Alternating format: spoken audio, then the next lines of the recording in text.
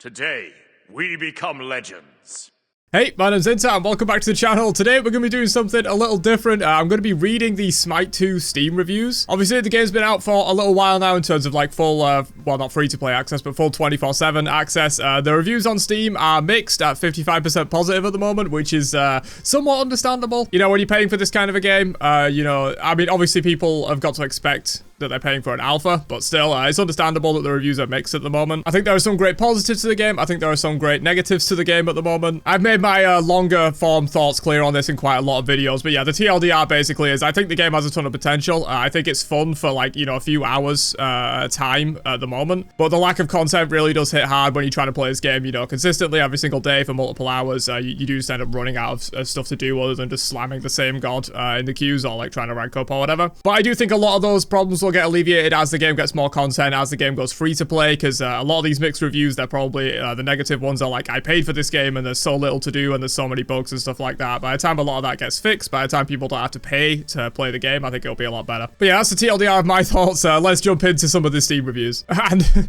immediately I've got a pretty funny one to be brought to my attention by the recently posted section. Cruz with 0.3 hours in the game, so he's played what, like 10 minutes, maybe a little over 10 minutes, 10, 15 minutes. He probably played one game. Product received for free.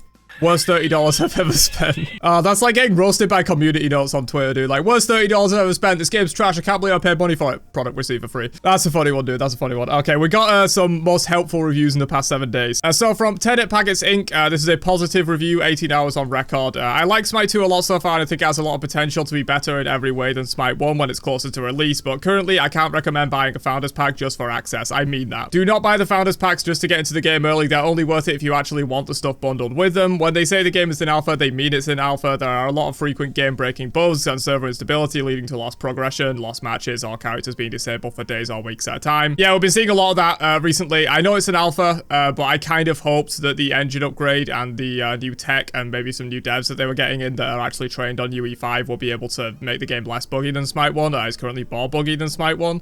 So that is a little bit of a disappointment. Obviously, you can give them some leeway with it being an alpha, but yeah, I think what this guy says, honestly, it is probably true. If you're trying to buy a Founders Pack and expecting a complete experience at the moment, don't buy one. If you want to buy a Founders Pack to test out the game, get a feel for it, maybe, you know, get a little bit of progression and experience under your belt before the free-to-play launch, then yes, go ahead and buy a Founders Pack. And of course, also if you want the extra stuff, you know, if you spent a substantial amount of gems on Smite 1, I would buy a Founders Pack even if you don't give a shit about playing the game in this current broken state. You could just buy it, you could leave the game for 3-4 months until it goes free-to-play launch and things are fixed a little bit more, there's more content. But yeah, I would highly recommend if you do plan to play Smite 2 at any point and you've spent, you know, quite a few thousand gems on Smite 1, just buy a Founders Pack because it'll give you overall like way more value compared to the money that you're spending, as opposed to just like buying diamonds just because it doubles your legacy gems and you also get some extra stuff. It gives you the God Pack as well. I'm not sure if they're going to make a God Pack available once the Founders Editions go out of service, or if like that's going to be the only way to get the God Pack. I'm not sure on that. But yeah, it gives you the God Pack as well, which is really nice. A bunch of Ascension passes. So it does give you a lot of stuff, but if you're buying it purely to play the game and you're expecting a complete experience, don't buy one. It's not going to be worth it for you. Zeren with about 70 hours on record, being able to play Smite in Australia without having to join a Discord full of 10-year vets is a nice feeling. Gameplay as well, hopefully they can continue the motion. That's interesting. So they're actually getting some queues on OCE in Smite 2. That's good stuff. Great game. Devs are listening to the player base and it is improving and getting updated fast. Good alpha. I mostly agree with this. Honestly, I do think the devs are listening. I mean, we saw that with the closed alpha 1 patch. That was absolutely massive in terms of revamping the game into what the community wants it to be. There's still a lot of work to do, of course, and I kind of wish they were working faster, but you know, there's only so much they can do in a certain amount of time. The game should have probably just been delayed a year, in my opinion. I've made that clear before. As someone who has 2,000 hours in Smite 1, this game feels like a very good starting point for the future. Still a lot of work to do, but the game feels pretty good so far. Yeah, pretty much my take as well. Early access alpha, so I can't fault it too much, but tanky supports feel so bad and bruises are broken. I'm sure it'll be better balanced, so thumbs up because the graphics are fantastic and fun with friends. Yeah, I won't worry too much about balance and broken stuff at the moment. They're really just experimenting with like what they can do in these new systems, and some stuff will be broken. Like for example, Bacchus is a good example of this with the protection scaling. Like they want to add that as a new mechanic to make tanks feel more impactful. They've overtuned it. They're hopefully going to bring it back down and it'll be more of a balanced state by the time the game fully releases. Sol with crit, for example, as well. That's something that they have no experience trying beforehand. You can't do it in Smite 1. And it's a little imbalanced at the moment, but it probably will be balanced over time. All right, that was a lot of positive reviews in a row. Let's look at some of these negative ones that we got down here. So we've got Dad, over 1,000 hours, close beta tester in Smite 1, been playing the game for years. I'm not a doomer, not full of of copium to hope that they can turn around this game. The state of this game and the player base, I don't see this game lasting in development for more than a year. There are 2,500 to 3k current concurrent players at peak, and that's just Steam, so maybe like 5k including console, and it's just setting up for failure. So some of this is true, some of this is not. So yes, the concurrent players thing on Steam, that is true. It had a much higher peak. It has fallen off substantially. People are losing interest in the game. There's just not enough content.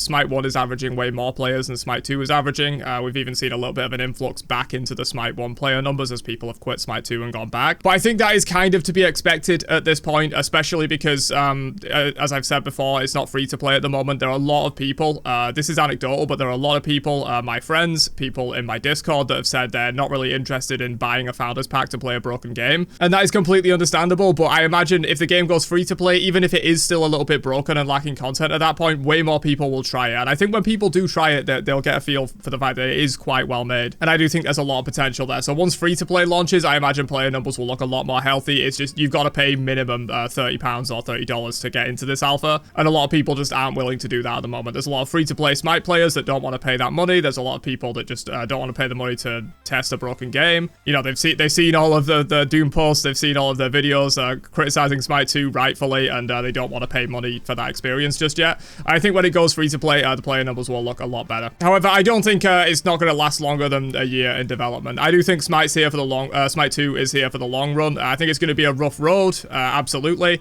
But unless Hi-Rez like literally bankrupt themselves and run out of money trying to do this, I don't think it's going to immediately go away. I don't think they're just going to give up on it. They clearly have a lot of passion for it. They've implemented a lot of changes so far based on community feedback. I think the only way Smite 2 just like completely stops development is if literally Hi-Rez bankrupt themselves trying to do it, which I don't know, might be possible. I have no idea what the balance sheet of Hi-Rez looks like. And we'll continue here though. They prioritize microtransactions and aesthetics over improving gameplay. 2 to 3 weeks of patches is too long, and they need to implement hotfixes more rapidly. It's doable, as they have said. UE5 gives them the potential, but it just isn't happening. It's a solid 4 out of 10. So I agree with more hotfixes 100%. Hi-Rez have always had a problem with this. They like wait until a main update to fix a very important bug when like literally they could just push that update as a hotfix and fix it immediately, and it will make the game a lot better. They don't do that a lot of the time, and it's quite annoying. 2 to 3 weeks of patches I think is perfectly fine. Smite 1 has survived a long time on a 4-week patch cycle. Obviously we had the mid-week or like the mid-patch bonus balance updates, but they didn't really add anything other than just like fixing some meta problems. So like Smite 2 is getting content added a lot faster than Smite 1 was getting content added for, at least in its later years. In the early years of Smite 1, Smite 1 was getting content so often. We were getting a new god like every 2 weeks or something, like a completely new god. So it is maybe a little bit slower than Smite 1's development originally, but it's a lot faster than Smite 1's modern day development. And in terms of prioritizing microtransactions and aesthetics over improving the gameplay, I just don't think that's true. I really don't think that's true. For starters, there aren't that many microtransactions in the game at the moment anyway. There's basically the Ascension passes and a very small handful of skins, and they've even disabled the purchasing of skins so far, saying they're going to focus on the gameplay a little bit more. And I think the main reason Ascension passes came in is because they were so called to the worshipper dynamic. You're like, yes, you could just enable worshippers and not tell anyone about the Ascension passes and just let people grind up worshippers, and then, you know, they'll have those when they buy the Ascension passes. But I think the main reason those were added so quickly is because they're kind of a core part of the progression of the game and not just as a microtransaction. And yeah, I think they absolutely are trying to make improvements to the gameplay as fast as possible. They've made way more gameplay tweaks and improvements over the last like few months than they've made adding extra microtransactions. I just think this is wrong, honestly. And then yeah, in terms of it being a 4 out of 10, I'd probably give Smite 2 like a 6 out of 10 at the moment. It's lacking content, but there's definitely a solid foundation there. Next up, the game is so bad it feels like a lifeless husk of what Smite used to be. Many gods were changed or altered in a needless way, like for example Jingwei having the ability to sometimes do a double artillery on you with her ult, or Hades using one ability during his ult, or for some reason Ares not being able to chain an Anubis with the ult as long as the Anubis uses his one. I'm not sure about that one. Is that like a bug, or is that displacement immunity? Because they've changed how it works. You know, it's not like knock up or knockback immunity, it's full on displacement immunity, so Anubis probably has that on his one now. But this is just, I don't get this. I think the god changes, they could have done more, honestly, but I don't think they were needless. I think it's important that if you're going to call it a sequel, you're going to make some important changes that should have happened in Smite 1 for a long time. You're going to add new things, all that kind of stuff. I just think this is a moot point, honestly. The addition of active items is good on paper, but not on execution. I'll agree with this to a certain extent. The active item system has so much potential, and it's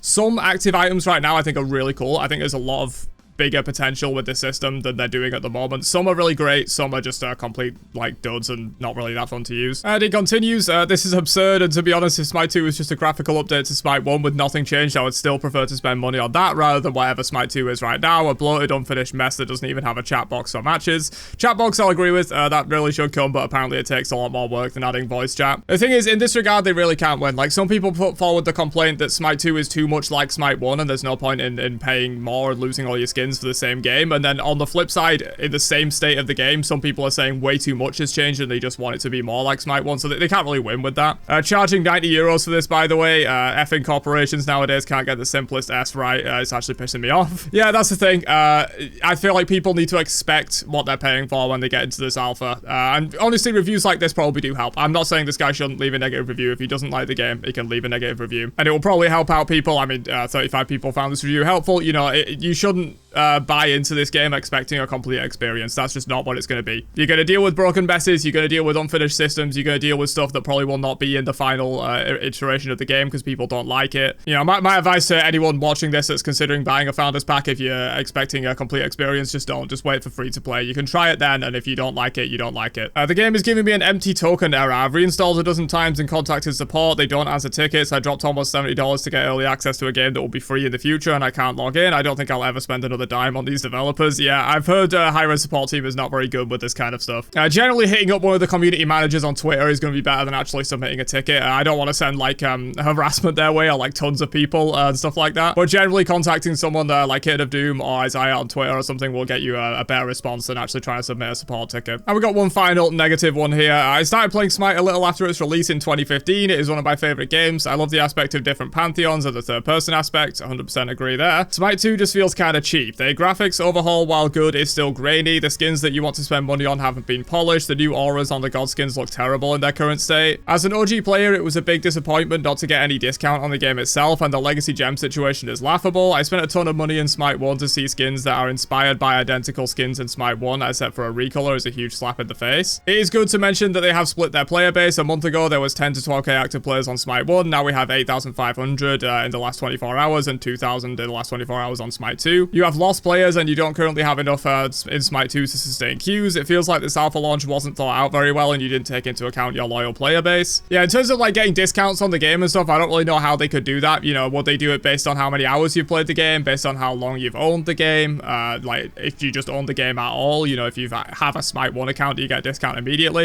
It's kind of difficult to handle it that way, and I think the legacy gem system is relatively fair. Like, yes, you can't spend them without spending more money. They are trying to get more money out of you, but they are a company. They're trying to make money as well. They're trying to, you know, launch this new product. They're still adding new content. You know, you are buying new content with that new money that you're inputting. It's not just rebuying your old content. And if you are rebuying your old content, like, for example, legacy skins that they port, those are going to be available 100% with legacy gems, so you'll just be able to literally get those back whenever they get added. It feels like this alpha launch wasn't thought out very well, though. I will 100% agree. This has absolutely been a botched alpha launch, 100%. I think the game should have been cooked in the oven for at least another year.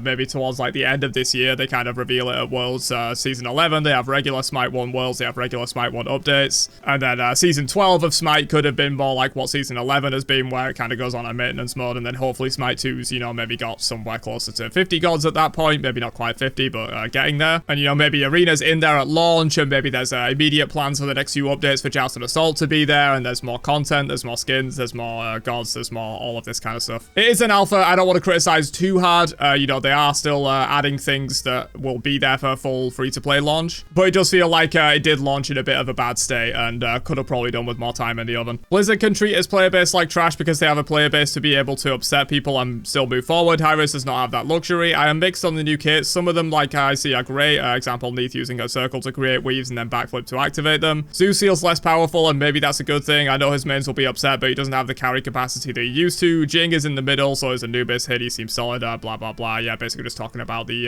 god changes. Yeah, for me, I'm like generally positive on the god changes. I think most of them have been pretty decent, but I do wish some of them could have done more, and some of them just really didn't do anything. There's very few that are like outright negative though, in my opinion. Like maybe Zeus. I have soured a little bit on the Zeus changes. I thought it was really cool initially, but I think maybe you need to change Zeus more for that ability to work, because if he ever tries to get in range to use that ability, he just instantly dies. So maybe you would need to make him a little bit more of like a battle mage if he wants to have that kind of ability. But yeah, it's interesting at least, and they can make more changes going forward. good and stuff like that. And I think it's really good that they are making some kind of changes, at least to all the gods as they come into Smite 2. Just makes them more interesting, makes it feel a bit more like a true sequel. But yeah, there you go. Reading some Smite 2 Steam reviews. I had a couple of requests to do this. It's interesting, you know, obviously the reviews are mixed at the moment. There's plenty of people shitting on the game. There's plenty of people leaving positive reviews saying it's good and has a lot of potential. I've made my thoughts clear on this in the past many times in terms of my long-form thoughts overall on the game. But yeah, what do you guys think? Let me know down below. Maybe leave a Steam review, and I'll catch you guys in another one later on. Have a great day, and peace out, you nerds.